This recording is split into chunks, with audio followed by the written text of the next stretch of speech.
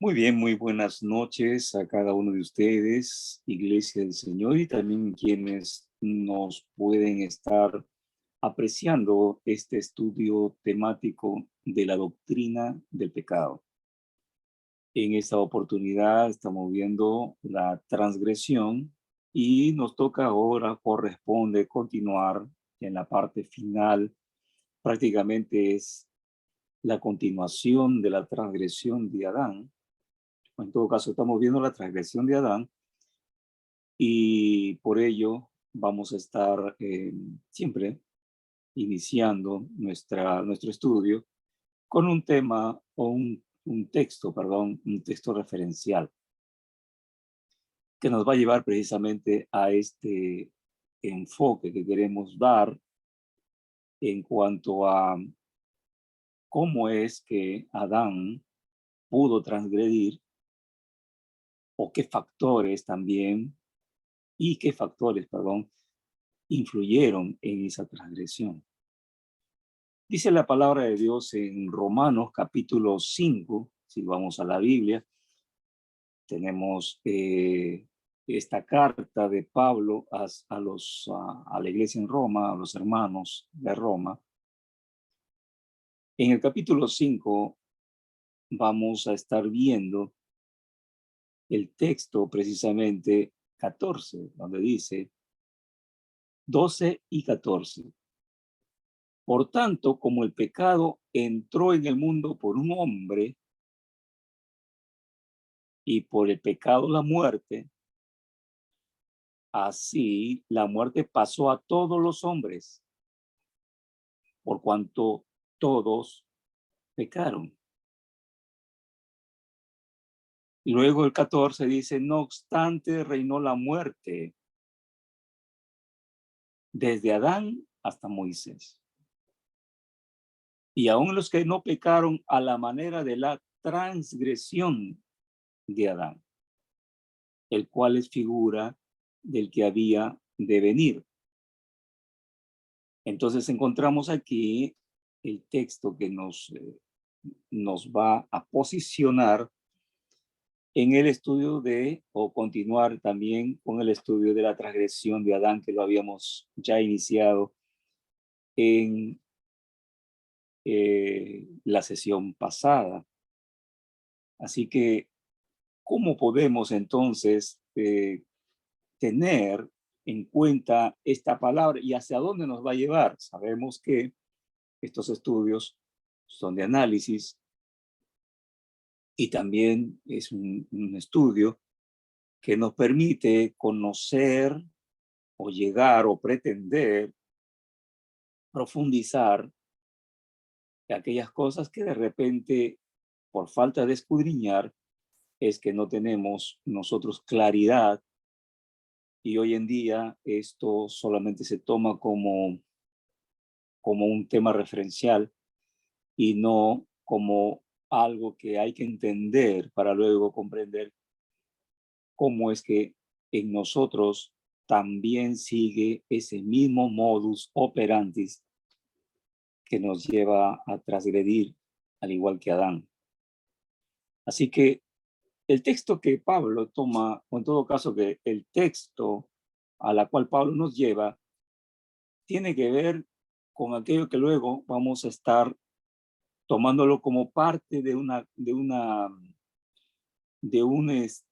se podría decir, de un aporte al entendimiento también de la doctrina de la salvación. O sea, también esto es como un punto de partida para entender la doctrina de la salvación.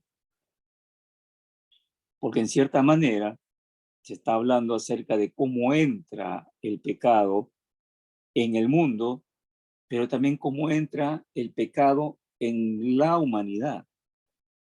Es decir, cómo es que puede un hombre haber pecado y luego que sus hijos mantengan ese pecado o esa tendencia al pecado. Entonces, ahí es donde vamos a entender cómo es que, de una manera genealógica, es que en este caso Adán da, como se podría decir, una puerta abierta a que aquello que lo llevó a transgredir también pueda con nosotros conducirnos a esa misma transgresión, o en todo caso a transgresiones, no al modo de él, de estar comiendo un fruto prohibido, pero sí transgredir de diferentes formas. Así que, como habíamos estado diciendo, hay algo que considerar en cuanto a lo que habíamos hablado en la sesión pasada, y es que tenemos que saber cómo el hombre fue creado, tenemos que saber también los elementos que se pudieron manifestar y los detalles también de cómo es que se concibió la transgresión. Entonces es preciso saber, y eso lo habíamos dicho en la clase pasada, entonces la sesión, en todo caso la sesión, cómo fue hecha la tierra, ¿sí? Habíamos hablado acerca de eso, pero es también ahora importante que podamos nosotros poner una base muy, muy buena, que es acerca de la persona de Jesucristo, ¿sí? O sea, entender que Él es la sabiduría. En Él vamos a encontrar la sabiduría para este tema. El apóstol Pablo dice en 1 Corintios 1, 21 al 24, que Cristo es sabiduría de Dios. O sea, si queremos saber acerca de estas verdades en cuanto a la transgresión, no podemos deslindar a Jesús y su sabiduría, la cual es depositada mediante el Espíritu Santo para entender. Entonces Jesús es el diseñador de todo, lo habíamos dicho que Él fue el que creó esta creación y fue hecha por Él. Habíamos hablado de que también hay otras creaciones, las cuales son creaciones mayores, que son creaciones hechas por el Padre. También el Espíritu Santo también es creador, también Él está en todo esto. Y interesante porque precisamente alguien como Salomón, quien fue investido de sabiduría, la mayor sabiduría que un hombre puede recibir, él, el hombre sabio, Salomón, él recibe este entendimiento en cuanto a la sabiduría y cita a él en ese despliegue en cuanto a la sabiduría en Proverbios capítulo 8, algo que nos lleva a entender acerca de la tierra, acerca de lo que estamos hoy poniendo como base. Él dice lo siguiente en el versículo 22 al 31, dice que Jehová lo poseía ya de antiguo. Antes de las obras, eternamente estaba él, estaba la sabiduría. Él tuvo el principado desde el principio, y dice desde el principio, antes de la tierra, y luego dice, antes de los abismos, fui engendrada. Aquí hay una distinción tremenda. ¿De qué está hablando? ¿De qué se engendró? Luego dice, antes que fuesen las fuentes de las muchas aguas, no había aún hecho la tierra, ni los campos, ni el principio del polvo del mundo. Cuando formaba los cielos, allí estaba. Y ahí estaba yo cuando trazaba el círculo sobre la faz del abismo. El círculo sobre la faz del abismo. O sea, cuando Dios trazó el círculo para luego hacer el planeta, que luego le pondría el planeta Tierra, en Génesis capítulo 1. Antes no se llamaba Tierra.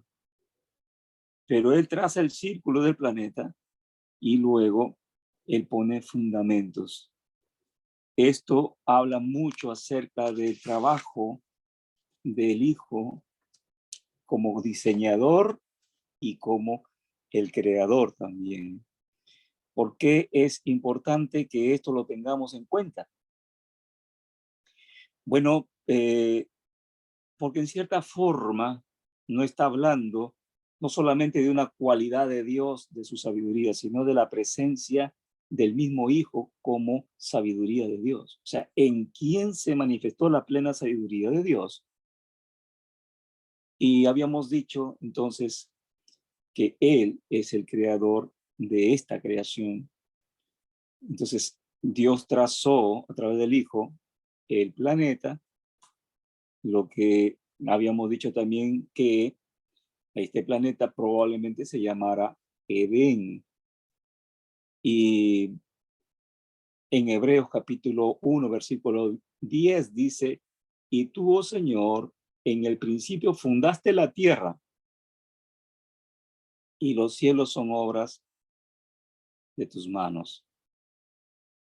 Ahora, esa palabra, fundar, está hablando de que puso la piedra de fundamento en el lugar donde Dios va a poner sus pies. O sea, este planeta fue elegido por Dios para que ahí Él repose sus pies, para que Él ahí funde, o sea, ponga ahí su base de operación para poder recrear todo. Entonces, por ello es que el término fundó, puso los fundamentos, está poniendo las bases, pero también esta palabra nos lleva a que Él pone el estrado para sus pies. O sea, la tierra, dice, es el estrado de sus pies.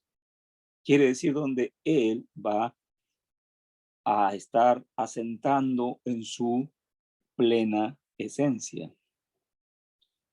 Mateo 5:35 lo dijo Jesús, no, ni siquiera jures por la tierra, porque es el estrado de los pies de Dios.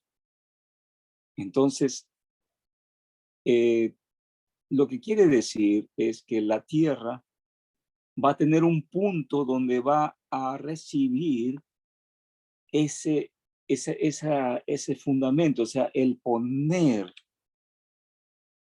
el pie como, como un acto fundacional del planeta. De ahí viene de ahí viene como una especie de también, en cierta forma, costumbre de que cuando uno va a fundar un lugar, bueno, el pie tiene que estar en el punto referencial. Bueno, eso no es nuevo, eso es desde antes. Probablemente es como que imitando o haciendo también una réplica de lo que Dios mismo hizo. Él pone el pie en este planeta.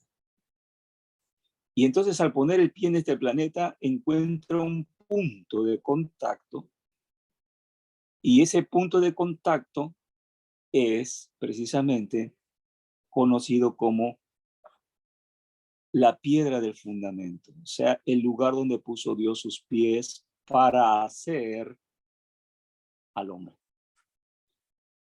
Entonces, el lugar que categoriza como lugar donde Dios puso los pies y Dios hizo al hombre es un monte. Porque en cierta forma ya se estaba hablando de ese monte de fundación donde se fundó todo. Él establece a ese monte y lo llamó a ese lugar Sión.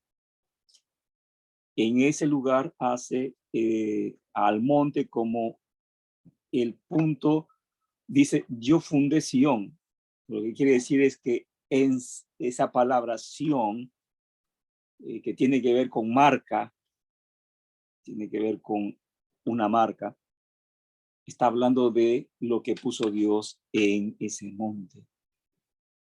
Entonces el santo monte de Dios, también conocido en el Salmo 2:6, dice lo siguiente: pero yo he puesto mi rey sobre Sión, mi santo monte. Y en el Salmo 132, versículo 13 al 18, dice, porque Jehová ha elegido a Sión, la quiso por habitación para sí. Este es para siempre el lugar de mi reposo. Aquí habitaré porque la he querido. Y en Isaías 14:32 dice, Jehová fundó a Sión. O sea, ¿por qué es que es el interés de Dios que conozcamos dónde puso sus pies y dónde fue hecho el hombre? Entonces tenemos como punto importante de que Dios recrea todo desde un punto, y Dios va a elegir ese punto como el punto donde va a iniciar la historia de la humanidad y también el punto donde terminará la historia de la humanidad en esta naturaleza. Entonces estamos procurando entender de una forma detallada de cómo es que esto son elementos que considerar para, para que también se pueda tomar en cuenta aquello que va a llevarnos a precisamente el hecho de entender que Dios elige un lugar, en este caso el monte de Sión, y en el mismo monte de Sión es donde Dios va a hacer al hombre. Precisamente algo que estamos considerándolo como una base referencial es precisamente lo que también lo dicen los propios judíos. Ellos consideran de que el hombre fue hecho allí en una piedra, con el polvo de una piedra que también es conocida como el lugar donde es el lugar del fundamento. Entonces, para esto también hay que tomar en cuenta de que no solamente es una forma de poder nosotros tener en cuenta de estos detalles, sino que también es algo que lo podemos encontrar. O sea, esto se puede hallar también en cierta forma cuando uno comienza a tener estos encuentros con los conocimientos que nos llevarán a entender el modo de cómo Dios va a hacer al hombre, cómo, dónde lo hace, y luego por qué, y luego conociendo todos estos detalles, es que vamos a llegar a de qué manera es que Dios pone características en el hombre que va a crear, y que estas características son aquellas que las va a hacer muy limitadas. O sea, va a hacer al hombre limitado, no ilimitado, sino limitado, limitado en base a esas características, para que de esa forma el hombre tenga dependencias, y esa dependencia sea la que con libre albedrío lo lleve hacia un acto de decisión, un acto de poder también eh, de poder elegir a quién realmente, de quién depender, si es depender de sí mismo o seguir dependiendo de Dios. Bueno, decíamos en cuanto a este monte, eh,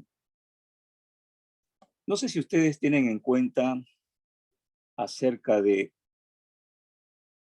cómo es que el posar los pies y el Señor a decir, saca los pies de ahí porque el lugar que es santo, es una forma de decir que no hay manera de poder estar con Él y delante de Él en un lugar donde Él santifica con su presencia y que también Él sella a ese lugar. Entonces Sión es un lugar, por eso es el nombre Sión, que interpretan como el significado de marca, es donde Dios va a sellar allí como un lugar especial. Ahora, al posar Dios sus pies en ese punto específico, en ese del planeta, Él va a constituirlo como un lugar santo. O sea, esa piedra fundacional, el lugar donde va a ser tomado el polvo, es consagrada, Dios lo tiene santificada. O sea, y esto es algo que prácticamente lo podemos ver a través de la Biblia, podemos considerar también. Entonces, parte de lo que dicen, por ejemplo, los que están en Jerusalén, y que sobre todo es una tradición judía, ellos, cito esto, dicen lo siguiente: según la tradición judía, la verdad fundacional es que Sión une al cielo y la tierra. Y tras ese conocimiento es que el día de hoy, hasta el día de hoy, Lucifer, Satanás, mueve sus influencias en los hombres para que pueda de una forma u otra destruir ese lugar, o de que sea considerado un lugar donde pueda aniquilarse o pueda anularse, debido a que es un lugar especial. Entonces, esta tradición viene como una especie de sentido, tomar el sentido correcto de una interpretación, porque Dios, como decíamos, es un alfa y omega, o sea, Él inicia, y donde inicia, allí termina. Entonces, como ese detalle es que Dios va a hacer al hombre. Al momento de poder tomar el polvo de ese lugar, de esa piedra, y hacer al hombre, entonces con nosotros vamos a ver cómo es que Dios va a intervenir en su Elohim, o sea, en su manera de participar los tres en un solo acto. Es que encontramos el hagamos al hombre como un acto de los tres, donde el diseño del Hijo es ejecutado por las manos del Padre y es traído a la vida por el soplo del Omnipotente, es decir, el Espíritu Santo. Ahora, curiosamente, el apóstol Juan, en el capítulo 1, él va a tomar una actitud de enfoque o de encuadre hacia la figura de Jesús en la creación. Por ello es que él habla diciendo: y en el principio era el verbo, y el verbo era con Dios, y el verbo era Dios. En el principio el Hijo era el verbo, su nombre el verbo. Pero el decir era el verbo no solamente es en base al nombre, sino en base a la acción, porque es una palabra de acción, es una palabra activa.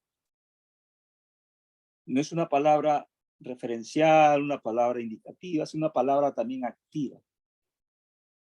Entonces, el decir en el principio era el verbo está diciendo de que él y a él se le veía dar la palabra. Y el Padre, en Génesis, al momento de estar en la recreación de todo, el Padre, él es el que va a dar el visto bueno, donde vemos nosotros el texto que dice: y vio Dios que era bueno. Y curiosamente uno podría decirse, pero ¿cómo es posible de que Dios pueda decir eso? Es como decir, o sea, está chequeando si el hijo lo hace bien o no. Y el tema no es así. No es que está diciendo que él va a verificar que su hijo haga las cosas correctas, porque Dios las hace bien, el hijo lo hace bien. Entonces ese término, y vio Dios que era bueno, no tiene que ver con el hijo, sino que es una expresión dada a que él está viendo la forma de cómo aquello que está siendo creada está manifestando el deseo de su corazón. Es una forma de cómo él poder gratificar al hijo diciendo, pa, justo es lo que yo quería. Por eso significa, y vio Dios que era bueno. Es justo, me agrada eso, me agrada lo que hiciste. Eso significaba. No tiene que ver nada con que el padre estaba chequeando de que lo haga bien. Entonces, en el principio, el hijo está haciendo ese acto creativo. Por eso él dice en Colosenses, a través del Espíritu, en él y por él fueron hechas las cosas. Y curiosamente, también Juan va a citar eso en su carta, en la primera carta, perdón, el primer capítulo, en su evangelio, el capítulo 1, eso va a decir, él va a decir que en él fueron hechas las cosas. Entonces, vamos a citarlo de esta forma, una forma más detallada. Versículo 2 dice, este era en el principio con Dios. 3, todas las cosas fueron hechas por él, todas las cosas por él fueron hechas, y sin él, nada de lo que ha sido hecho fue hecho. En él estaba la vida, y la vida era la luz de los hombres. Entonces, ¿por qué hablamos sobre, en este caso, el verbo para lo que es entender la creación del hombre y luego seguir con la transgresión?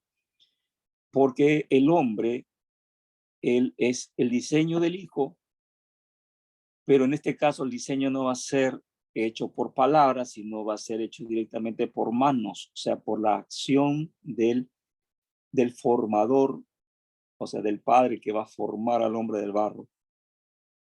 Lo va a hacer un cuerpo con sus manos. Y el hijo es quien nos diseñó. O sea, él diseñó que nosotros tuviéramos esta naturaleza, esta forma de tener ello. Entonces, algo que vamos a considerar para lo que es entender de cómo es que el hombre va a tener en su creación, en su forma de haber sido hecho, donde Dios va a ponerle características, cualidades, y eso lo vamos a estar encontrando precisamente en Génesis capítulo 1, versículo 26. En Génesis capítulo 1, versículo 26, donde dice, hagamos al hombre a nuestra imagen, conforme a nuestra semejanza. Entonces, habíamos dicho que en la sesión pasada ese hagamos es una forma resolutiva, no es consultiva, sino resolutiva, es ejecutivo. Y entonces no es que en ese momento se van a pensar a ver cómo lo hacemos, sino ese hagamos ya implica que hay un diseño. Y es por ello que en base a eso, el hombre va a ser formado por el Padre, con las manos del Padre, y por las manos del Padre, el Espíritu Santo va a soplar, como habíamos dicho la sesión pasada, y el soplo del Omnipotente va a darle vida, y eso nos va a, hemos hablado también acerca de cómo es que el mismo Dios le revela a Ezequiel que es el Espíritu Santo el que sopla vida sobre el cuerpo del hombre, en Ezequiel 37. Entonces ya el hombre está formado, ya tiene vida, pero cuando Dios internamente trabaja en el hombre, él va a hacerlo al modo de imagen. ¿Qué quiere decir? de una imagen tripartita. Entonces aquí es algo interesante, lo que tiene que ver con entender una dicotomía, pero también de cómo poder llegar a poder apreciar la distinción de uno del otro. En este caso, lo que estamos hablando acerca de los elementos que conforman al hombre. Entonces, esto surge como una especie de analogías, ¿sí? Eso también se le conoce como un patrón trilógico en el proceso formativo del hombre. O sea, un patrón trilógico quiere decir que trabajamos siempre en base a tres elementos analógicos y hasta inclusive muy paralelos.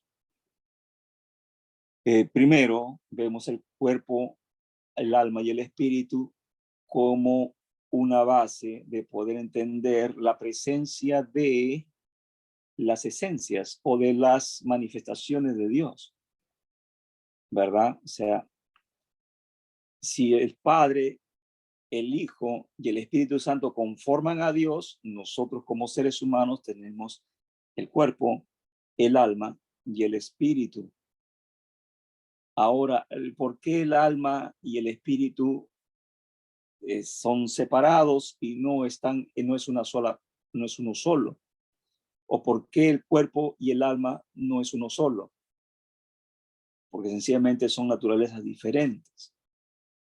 Esta naturaleza del cuerpo es una naturaleza material hecha de consistencia terrenal, corpóreo terrenal. Somos tomados del polvo de la tierra, formados con elementos químicos de la tierra. Por ello tenemos todos los elementos químicos que tiene la tierra, lo tiene el cuerpo del hombre. También el alma, que es habíamos dicho en la sesión pasada que el alma es el resultado de cómo entra el espíritu al cuerpo.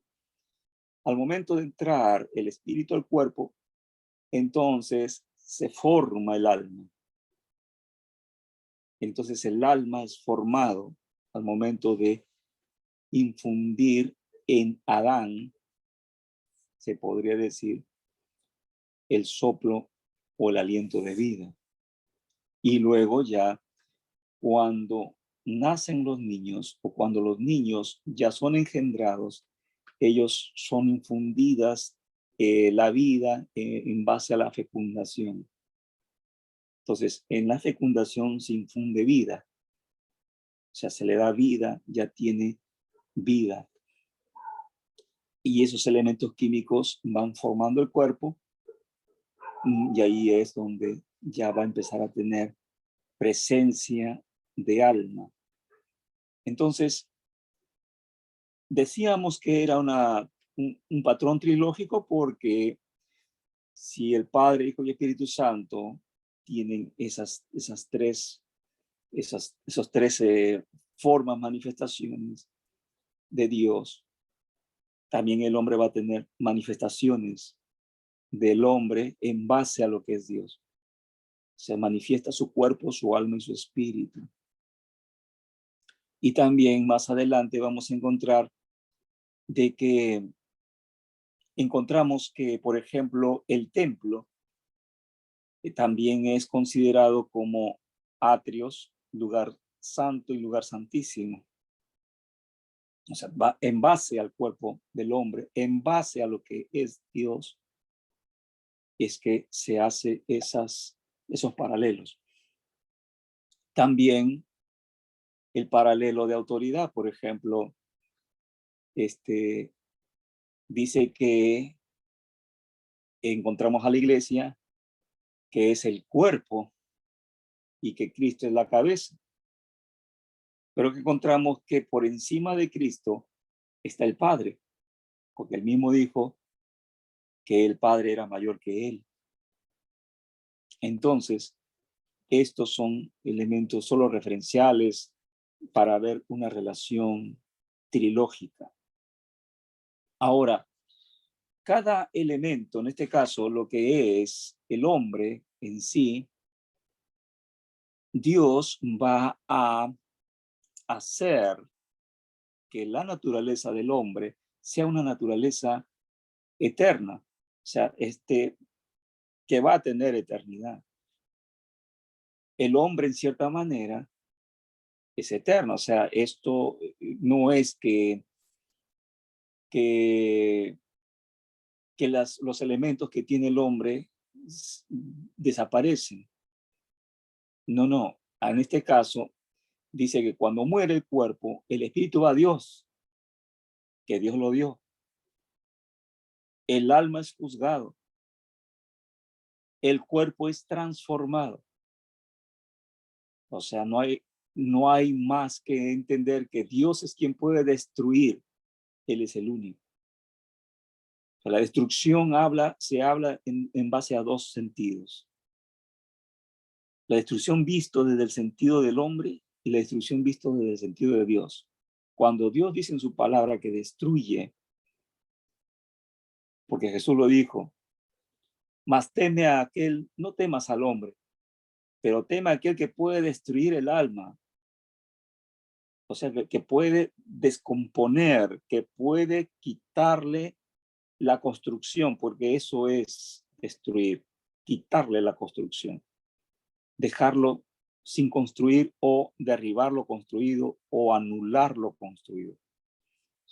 Entonces, Dios puede hacerlo, pero la naturaleza del hombre en el cuerpo es una naturaleza que está dependiendo mucho de activaciones sensoriales y también a través de sistemas orgánicos que lo sustentan.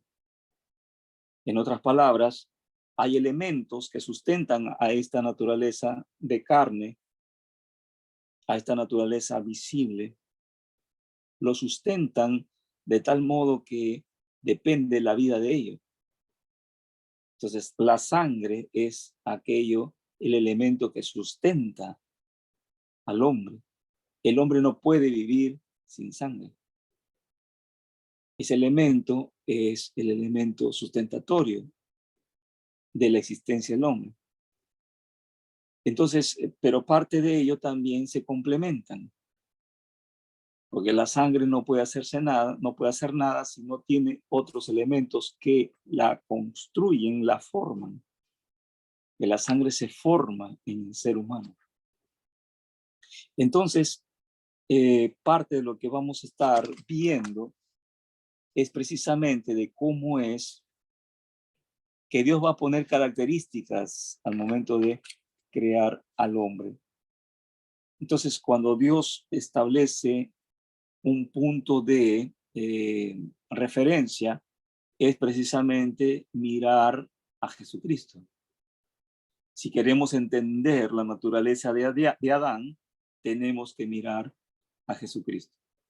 Jesucristo, según la palabra leída, es el segundo Adán. ¿Qué quiere decir? Lo que quiere decir es que Adán va a ser la figura de Cristo, o sea, va a ser la figura referencial de aquel que iba a venir. La pregunta es de qué manera puede referenciarse a Adán con Cristo. Romanos nos dice eso. Dice lo siguiente en el 14, dice, el cual es figura del que había de venir. Al decirse esto de figura y también de poder ver la manera de cómo se conectan ambos, es que Adán vino a esta tierra a cumplir una misión y esta misión no fue completada, por él, fue interrumpida por la transgresión de él, por su rebelión, por su desobediencia. Ahora viene el Hijo del Hombre, o sea, viene el mismo Dios, Hijo, primero a rescatar, a redimir al ser humano, al hombre, para volverlo a su estado natural y luego a completar la tarea que le fue dada a Adán, a la cual él no pudo completar. O sea, Adán no completó la, la tarea, la misión, y Jesús lo pudo concluir. Ahora, cuando está en la cruz, Jesús va a decir lo siguiente: consumado es. Y esa palabra consumado es implica que Él redime al hombre, que Él salva al hombre y que Él cumple la misión que el hombre no pudo cumplir. Entonces, ¿cómo es que se genera la transgresión en Adán? ¿Cómo es que pudo Adán poderle generar a él la tendencia a desobedecer si él no tenía pecado, para que lo conduzca al pecado? Entonces, esto es algo que vamos a estar nosotros un poco eh, ampliando acerca de esto. Primero, para poder comprender acerca de qué es lo que le lleva a alguien que está en un estado, y por ello que vamos a sustentar lo que le pasó a Adán, es comparado también con lo que le pasó al primer transgresor. Porque el primer transgresor va a completar su obra en el hombre. O sea, en otras palabras, va a volver la transgresión a evidenciarse en la creación gracias a las características de Adán. Y bueno, el primer transgresor es Lucifer. ¿Y por qué es que Lucifer, él cae? Porque él, estando en el cielo, estando él en la presencia de Dios, siendo él perfecto, siendo él sabio, siendo él hermoso y estando en una tremenda posición de autoridad, estando él como protector de la creación del Hijo, la creación hecha por Jesucristo, por el Verbo, estando él en responsabilidad de cuidar del libre albedrío de la creación, porque no tiene sentido decir que proteja algo. En Ezequiel capítulo 28 dice, oh querubín protector. Y la pregunta que uno hace, ¿protector de qué? Si en el lugar donde está no hay mal. O sea, no opera el mal. Entonces, ¿protector de qué? Y ahí la respuesta es protector precisamente del libre albedrío, de que la creación no exceda, o sea, transgreda, porque todo lo puso Dios en límites. Y si ese límite se pasa, si ese límite se traspasa, entonces esa transgresión trae la presencia del mal. Y al traer la presencia del mal, entonces la naturaleza cae, cual sea la naturaleza. En este caso, en Lucifer tenía las cualidades que también tenía Adán. Y hablamos del libre albedrío. Por su libre albedrío y por las leyes de Dios es que se genera esa tendencia a poder ser atraído primero por la esencia propia de la naturaleza. Para que me puedas entender, cuando alguien pone una ley, cuando alguien pone un límite, cuando alguien te dice no pases, esa palabra, esa ley, genera una atracción porque Dios así lo puso para que Él pueda, el que recibe ese mandato, ese precepto, esa norma, ese principio, esa ordenanza, ese mandato, etcétera, esa ley, pueda él recurrir a Dios siempre y pueda ser concéntrica su decisión de ir siempre a Dios. Porque si el momento que algo le distrae de no ver a Dios, él se va a sentir atraído hacia ese límite. Y eso es lo que le pasó a Lucifer. O sea, se dejó él que los elogios a su hermosura, a su capacidad, a su sabiduría y a su capacidad de poder gobernar o poder administrar el orden por la cual Dios lo puso, y de poder tener capacidad de generar sonidos, porque él fue creado con sonidos, y eso le llevaría a él a ser muy distinguido. Entonces los elogios comenzaron a surgir y él, al prestarle atención a ese elogio o a esas admiraciones, se genera en él una atracción a eso, a querer estar en el lugar de Dios, de recibir también la adoración, la alabanza. Y entonces, en este caso Lucifer, él, en esa característica puesta por Dios como ser que tiene libre albedrío, es atraído al mal. Y el mal lo atrapa. El mal inconsistente, insustancial, se vuelve consistente, se vuelve sustancial gracias a que estamos en el límite. Y al estar en el límite, es fácil ser atraídos. Del mismo modo, Adán. Adán estaba él en un límite. La pregunta es, ¿límite de qué?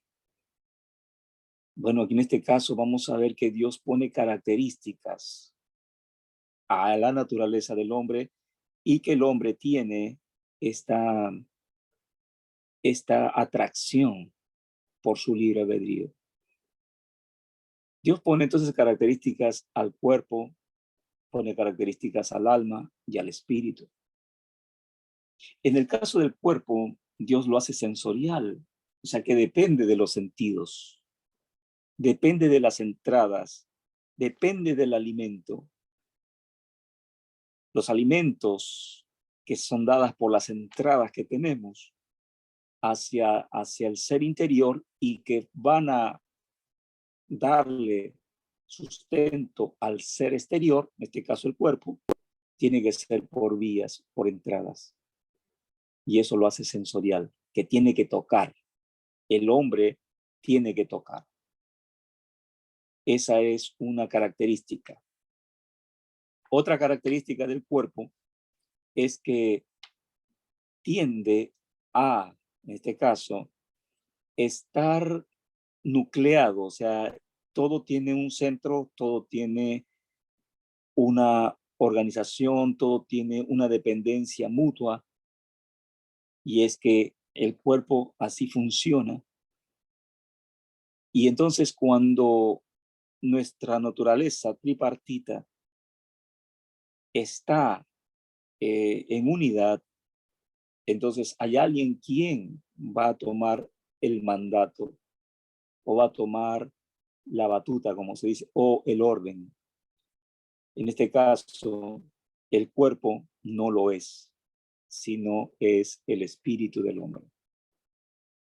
Por ello es que vemos en Romanos capítulo 5, interesantemente, algo que nos lleva hacia ese entendimiento, cuando precisamente está diciendo acerca de que el cuerpo de Adán, un cuerpo donde en él se va a entrar a través de él el pecado, pero también dice que por el Hijo, o sea, por Cristo, va a entrar la vida, que se le conoce también como un regalo de Dios, o sea, un don a través de la gracia.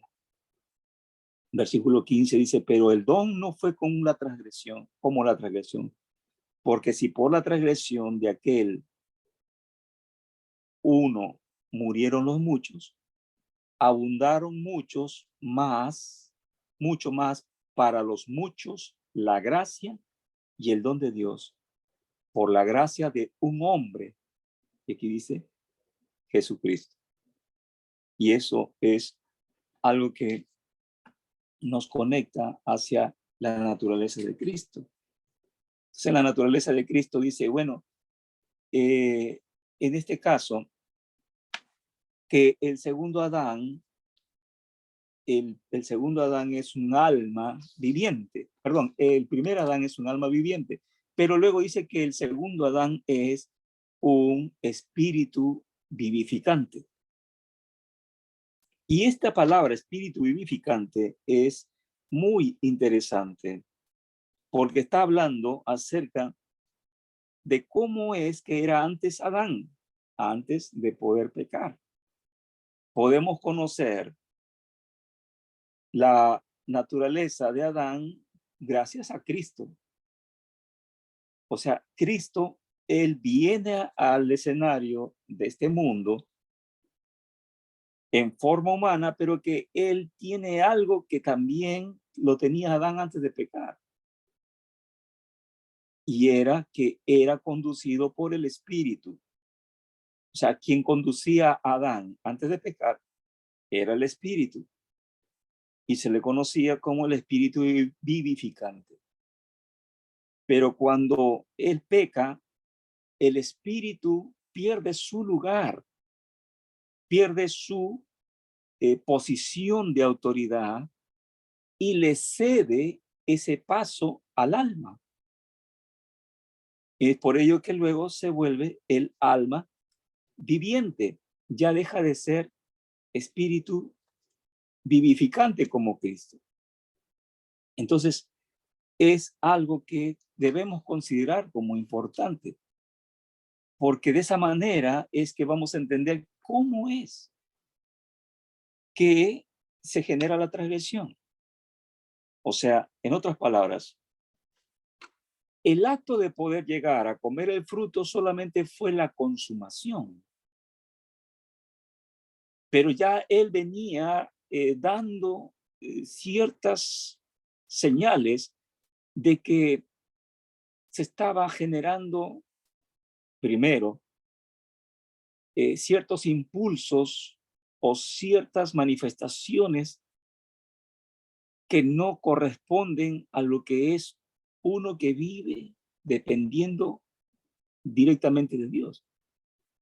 En este caso, como lo hacía el Hijo de Dios. El Hijo de Dios, dice la palabra de Dios, que el Hijo no hacía nada si el Padre no le decía. Luego decía la palabra en Juan que el Hijo no va a hablar nada sin que el Padre no le diga. También vamos a encontrar en Juan que el mismo Hijo de Dios, el mismo Jesús, dice, no, yo no he venido a cumplir mi voluntad, sino la voluntad del que me envió, es decir, del Padre. Entonces, esto era lo que tenía que hacer Adán. ¿Y por qué no lo hizo? ¿Por qué no hizo eso? Porque sencillamente, antes que Adán pecase y antes de que estuviera él con la ayuda preparada por Dios, la ayuda idónea, antes que estuviera con la mujer, él dependía de Dios, él se dejaba guiar por Dios, él salía al encuentro con Dios, él estaba en Dios, el espíritu estaba allí, el espíritu del hombre estaba conectado con el espíritu de Dios, o sea, estaba con Dios. Entonces le daba testimonio, el Espíritu Santo daba testimonio que el espíritu de Adán era el de el Hijo de Dios, o sea, era de un Hijo de Dios.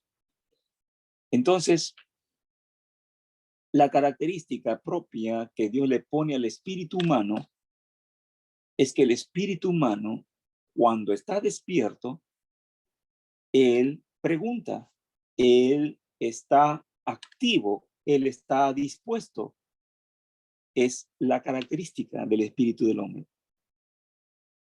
En cambio, la característica que tiene el alma es que el alma concentra las emociones, vive lo sensorial, se alimenta de aquello que puede generarle esa, se podría decir, esa eh, razón existencial.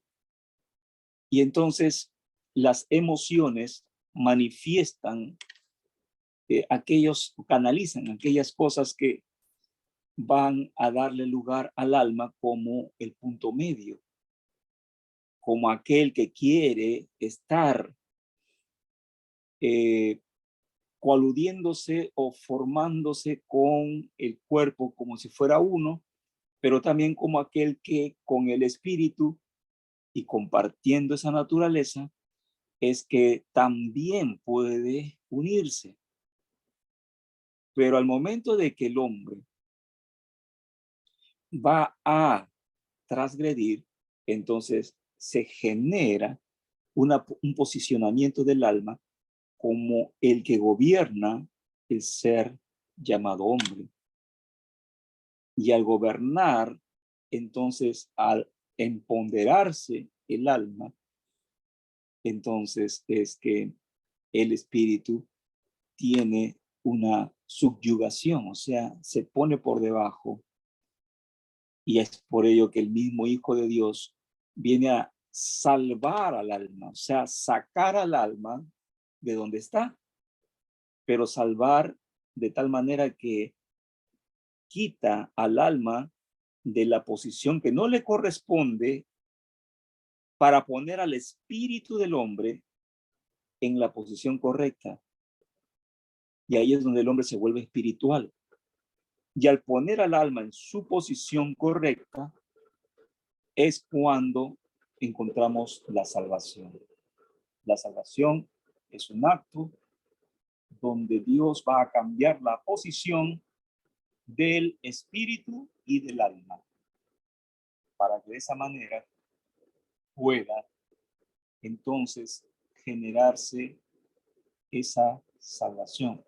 Entonces la transgresión de Adán es que él va a ir más allá de aquello que no le era permitido o que aquello que de pronto él pensó o él quiso de seguir, de darle el curso a aquello que no entendía, porque probablemente aquello que él pretendía tener el control. Entonces, la característica que le pone Dios al espíritu del hombre, también así como le pone esa característica que lo impulsa, también hay una característica que lo puede aquietar. Y es que al espíritu del hombre Dios lo pone o le permite dormir, o sea, quedarse quieto y descansar, dormir. El espíritu del hombre entonces se duerme. Cuando el ser humano, el creyente, tiene el espíritu dormido, entonces encuentra apatía, encuentra desidia, encuentra, no hay motivación para vivir, está allí inoperante. Se le conoce también como desalentado. De ahí viene la palabra desaliento, que no tiene aliento. Sabemos que el aliento es algo generado por el espíritu. Entonces, es algo que también, así como el desánimo que tiene que ver con el alma. Entonces, el desánimo es cuando el alma se duerme, el alma se aquieta. Y el espíritu, cuando se aquieta y se duerme, es el desaliento. Entonces, cuando el espíritu se duerme, no quiere hacer nada, no quiere trabajar, no quiere hacer aquello. Entonces, el hombre tiene que ser despertado. Por eso dice la palabra en el libro de Ageo. Y Dios despertó el espíritu, capítulo 1. Dios despertó el espíritu de Zorobabel, de Salatiel y de todo el resto del pueblo. Despertó el espíritu para que construyeran las murallas, para que construyeran la ciudad. O sea, despertó el espíritu porque estaban desalentados, estaban adormitados, pasivos. Ahora imagínese a Adán. Adán, él está teniendo un desborde, pero es un desborde natural, se le dice, propio de su misión. ¿Cuál fue la primera misión de Adán? Era poner nombres. Le puso el nombre a un montón de bueno, de seres, de cosas. Ponía nombres. Pero Dios le dice a él que labre la tierra. Y al labrar la tierra, y al estar allí teniendo esa relación de sojuzgamiento de la creación hasta ese momento. Y el sojuzgar no, en el contexto espiritual significa juzgar al lado de Dios. O sea, no hacer nada sin que pidiese opinión de Dios. O sea, en otras palabras, Adán, no es que él asumió poner nombres porque sí, sino es que él estaba allí con Dios. Y él hablaba con Dios y Dios le hablaba a él y él podía pedirle también una opinión a Dios y Dios darle su opinión. Y eso era sojuzgar con Dios. Entonces, el motivo del por qué Dios vio que él estaba solo y que no era bueno que esté solo, está hablando él más de un estado en la cual la naturaleza de Adán terminaba como aquel que de pronto no tenía formas de llenar, así como los animales sí tenían su forma de llenar porque estaban emparejadas, porque estaban ellos en familia. Pero a Adán no se le halló eso, que no llenaba, no comportaba las características que tenían los animales, no podía ser igual que la del hombre. Entonces Dios no lo vio pleno, no lo vio lleno. Ahora la pregunta no está en que Dios falló y ahora va a enmendar el error, no, no es así. El asunto es que Dios va a hacer al elemento que lo va a complementar para que pudiese el hombre cumplir la misión, la tarea. La tarea estaba ya iniciada, pero él, después de sus faenas, después de sus labores, después de estar labrando, no se sentía humanamente en su relación, en la relación con los demás seres, él se sentía que estaba sin ser entendido y necesitaba alguien a quien lo pudiera entender al modo de él. Y ahí es cuando Dios va a determinar hacerle una ayuda idónea. Ahora imagínese este detalle. Si el espíritu del hombre se duerme, pero también es activo, es muy interesante cuando el espíritu se despierta. Si el alma del hombre es impulsivo y concentra todas las sensaciones y las emociones, y también ahí puso Dios el deseo en el alma.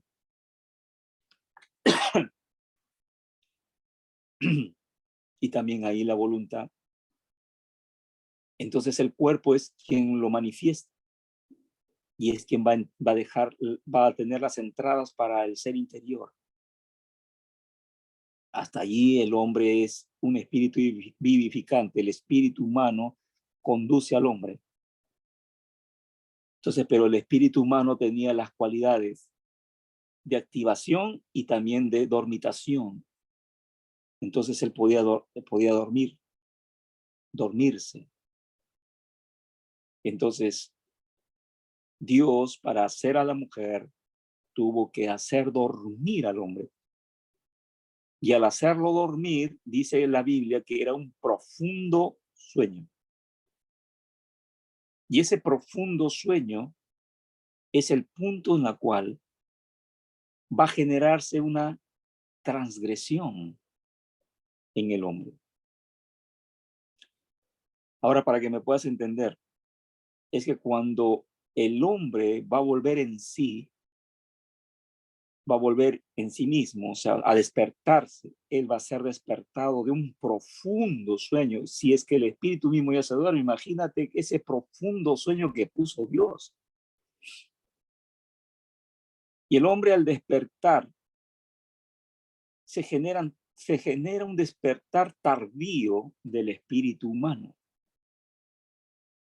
Y eso hasta el día de hoy lo explica la ciencia. Cuando encontramos de que a veces el hombre es guiado, y a eso se le conoce también como el sonambulismo, es guiado por el espíritu aún estando dormitado. Guiado, perdón, por el alma estando dormitado. Entonces, esto es algo que le pasó a Adán. Adán, cuando él se despierta,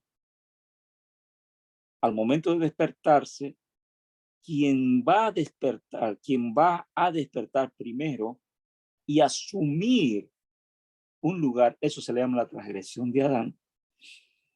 O sea, el alma de Adán fue más allá de lo permitido y usurpó el lugar del espíritu. Usurpó el lugar del espíritu. Y al usurpar el lugar, el alma, entonces el espíritu ya no tuvo acceso a su lugar. Por eso Jesús vino a salvar el alma, o sea, cambiarle la posición al alma. La palabra salvación significa cambiar la posición. Entonces, cuando el hombre se despierta y ya Dios está allí que trae a la mujer hecha y lo pone frente a él, al hombre. Si el espíritu del hombre hubiera sido el que despertara primero y estuviera él completamente despierto y estuviera la posición del espíritu correcta, o sea, él siguiendo ser espíritu vivificante, entonces allí habría preguntado, él habría dicho, Dios, ¿quién es? O sea, ¿por qué es que, quién es primeramente? ¿Y qué cosa quieres que haga yo con ella? Porque precisamente algo que va a llevarnos hacia ese entendimiento de lo que pasó en Adán es que el hombre no pregunta y de ahí surge el mutismo.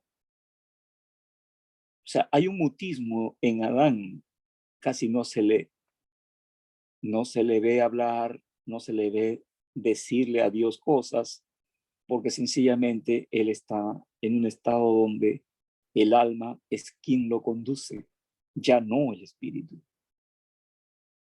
Por eso cuando uno nace de nuevo, es el espíritu quien conduce, se vuelve el hombre espiritual. El alma pasa a su lugar correcto. Entonces, la pregunta que surge es decir, ¿cómo es que en este caso el hombre va a poder estar frente a Dios y ni siquiera reconocer al Padre, ni siquiera reconocer al Hijo? Recuerden bien que esto es algo que lo dice la Biblia. La Biblia dice que el estado del hombre, comparándolo con el de Cristo, es un estado donde el Espíritu es quien lo conduce, quien lo gobierna, quien le da vida. En 1 Corintios 15:45 dice, así también está escrito, fue hecho el primer hombre, Adán, alma viviente. El postrer Adán, o sea, Cristo, espíritu vivificante, que este era el sentido de Adán antes de pecar. Entonces, el espíritu hubiera preguntado, hubiera dicho qué hacer con ella, le hubiera dicho, Señor, ¿y ahora qué hago? Pero ahí encontramos cómo es que el alma impulsiva y coaludida con la carne se vuelve sensorial, sensual. Y lo primero que hace el hombre allí, Adán, el alma viviente, con el alma gobernando, es tocar y hacer pertenencias. Esto es carne de mis carnes y hueso de mis huesos. Y entonces el hombre sacó a la mujer de la presencia de Dios, sin reconocer a Dios mismo. Y esa es la transgresión de Adán. Cuando el alma del hombre transgrede, por eso el Señor pone al pecado en el alma, el pecado en el alma, porque el alma fue el transgresor. Tomó el lugar que no le corresponde y que ese lugar lo vuelve Jesús a ubicar en su lugar cuando él, a modo de Adán, viene y con su muerte hace que el alma vuelva al lugar que le corresponde y el espíritu tomar el control. Entonces, como repito, esta es la transgresión de Adán. El comer el fruto es la consumación, o sea, es el punto culminante de poder decirle a Dios, no quiero depender de ti, sino de mis propias decisiones. Y eso sería el pecado a modo de transgresión de Adán. Entonces, cuando Jesús viene, cuando uno entra a Jesús o cuando Jesús entra a nuestra vida y somos nueva criatura, somos hechos así. Cuerpo, espíritu y alma. Cuerpo, espíritu y alma. Cuando uno no está en Cristo, es cuerpo, alma, espíritu. Entonces, cuerpo, alma y espíritu, o sea, cae, las siglas de cae, es precisamente lo que hace, hacer caer la naturaleza humana. Es una naturaleza caída. Bueno, vamos a estar continuando el modo de cómo es que vamos a estar entendiendo la transgresión aún más todavía, pero estos son los orígenes de cómo es que el hombre transgrede de una forma que capaz la Biblia, en cierta manera, como tesoro escondido, como una perla que está para buscar, Dios lo ha puesto así. Lo ha puesto de tal forma que ha escondido estas verdades ahí. No estoy diciendo nada nuevo, está todo ahí en la Biblia. Por eso es que, ¿se acuerdan ustedes que, para ir cerrando, dice que Jesús está en Jericó, pero que también va a ir a un lugar a la cual está pasando y de pronto él ya sabe que hay un pequeñito hombre que está queriendo saber quién es. furioseado por querer de Jesús. En otras palabras, a Zaqueo se le despertó el espíritu. Y cuando se despierta el espíritu, tú quieres saber, quieres conocer, quieres estar allí, quieres tener la idea, quieres saber más. El espíritu despierto de Zaqueo lo llevó a superar todo detalle, hasta inclusive las burlas. Y él se sube y Jesús va por él. Y entonces en ese capítulo de Lucas 19, él va a decir lo siguiente, Jesús va a decir la verdad.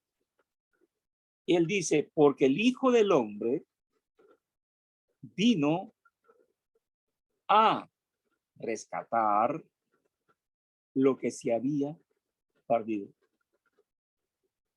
No dice a quién se había perdido, no está hablando de Zaqueo, está hablando de lo que había en Zaqueo. Él viene a rescatar lo que se había perdido en Zaqueo. Y lo que se había perdido era esa posición del espíritu, pero que cuando ya fue despertado su espíritu, entonces ahora él puede tener salvación. Entonces, un modo de poder estar diciendo en tus oraciones a Dios, o hagamos la oración a Dios diciéndole, Señor, despierta el espíritu de mis seres queridos que no te conocen, para que puedan ellos ser inquietados a conocerte más. Despertando el espíritu, Dios puede dar ese cambio. Y ahí es cuando vamos a estar comprendiendo un poco más. Bueno, vamos a estar dejándolo por aquí y el próximo miércoles continuar con este tema interesante de la transmisión. Que Dios les bendiga.